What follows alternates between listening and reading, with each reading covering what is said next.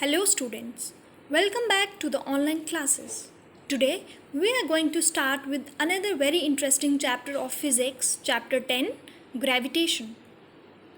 We'll cover the following topics in this chapter: introduction of gravitation, universal law of gravitation, free fall, acceleration due to gravity, mass and weight of an object on the moon. Let's begin this chapter with an introduction. We have learnt in previous chapters of physics that an object changes its speed or direction of motion only when a force is applied on it. For example, if a person pushes a box, the box moves in the direction of the force applied by the person. Thus, we can say that the application of the force accelerates the object. For example, when a tennis player hits a ball, the ball moves very fast and the direction of motion of the ball also changes. Where do we always fall?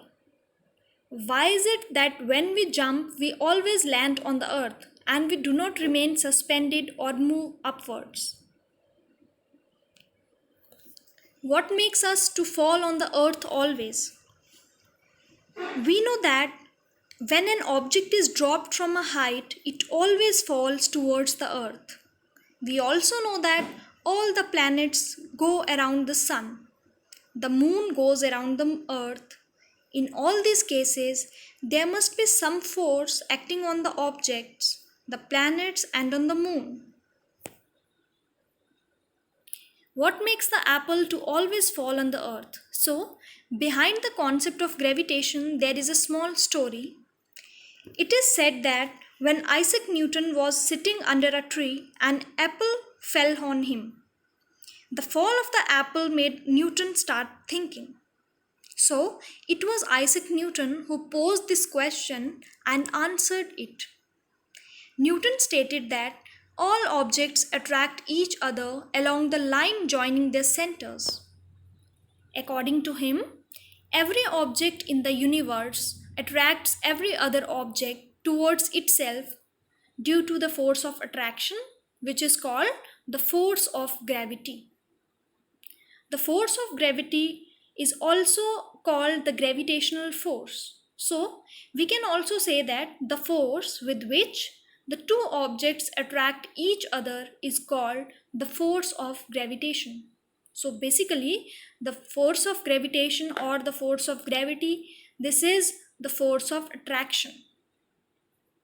The force of gravitation acts even if there is nothing connecting the two objects.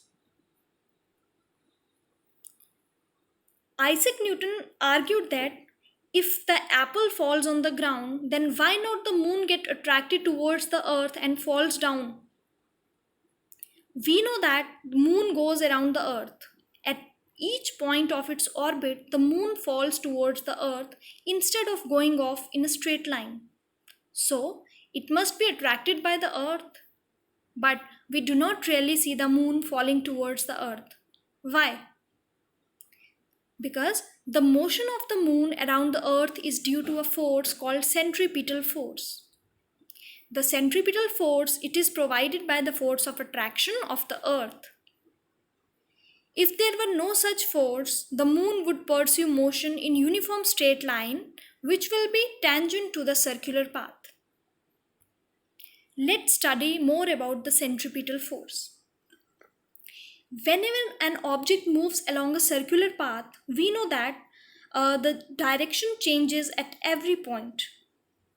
The change in direction involves the change in velocity, or we can say that the object is getting accelerated at every point due to the change in velocity. So, the force that causes this acceleration and keeps a body moving along the circular path is called the centripetal force, meaning center seeking force. This force always acts towards the center of the object. Now, does the falling apple attract the earth? According to third law of motion, the apple does attract the earth. But if we take second law of motion into consideration, according to which for a given force, acceleration is inversely proportional to the mass of an object. And if we compare the mass of earth and the mass of apple, the mass of apple is negligibly small as compared to that of the earth. So, we do not see the earth moving towards the apple. The universal law of gravitation. The universal law of gravitation was proposed by Sir Isaac Newton. So, this law can also be named as the Newton's universal law of gravitation. According to this law, every object in the universe attracts every other object with a force which is proportional to the product of their masses and inversely proportional to the square of the distance between them. The force is along the line joining the centers of two objects. So, in the mathematical form, the universal law can be represented as F is equal to G capital M into small m upon d square. This law can be derived. Let us suppose that we have two objects A and B. Let the mass of object A is capital M and the mass of B is represented by small m.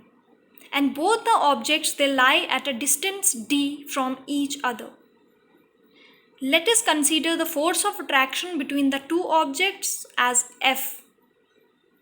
According to universal law of gravitation, the force between the two objects is directly proportional to the product of their masses. That is, we can write as F is proportional to capital M into small m. That is, the masses product of their masses. And the force between the objects is inversely proportional to the square of the distance between them. That is, F is inversely proportional to d square. So, if we combine both these equations, we get F is proportional to capital M into small m divided by d square. Or we can rewrite this equation as F is equal to G capital M into small m upon d square, where G is the constant of proportionality and is called the universal gravitation constant. By multiplying it crosswise, we get F into d square is equal to G into capital M into small m. Or we can rewrite it as G is equal to F into d square upon capital M into small m. Therefore, from this expression, the value of universal gravitation constant G can be easily found out. The universal law of gravitation is universal in the sense that it is applicable to all bodies, whether the bodies are big or small, whether they are celestial or they are terrestrial. The SI unit of G is calculated. We can obtain this SI unit by substituting the units of force, the distance and the mass, and it comes out to be Newton meter square per kg square. The value of G was found out by Henry Cavendish by using a sensitive balance, and the accepted value of G is 6.673 into 10 raised to power minus 11 Newton meter square per kg square. Importance of the universal law of gravitation. Or you can say that what are the uses of gravitation? The universal law of gravitation successfully explained several phenomena which were believed to be unconnected. It is the gravitational force that keeps everything at its place. Otherwise, we would have been floating in the air. That is, it is the gravitational force which binds us to the earth. It is due to gravitation that we are walking on the earth. The gravitational force also keeps the sun, the earth, and other celestial bodies at their right places. It is also responsible for many natural phenomena on the earth like tides, and orbiting of moon around the earth.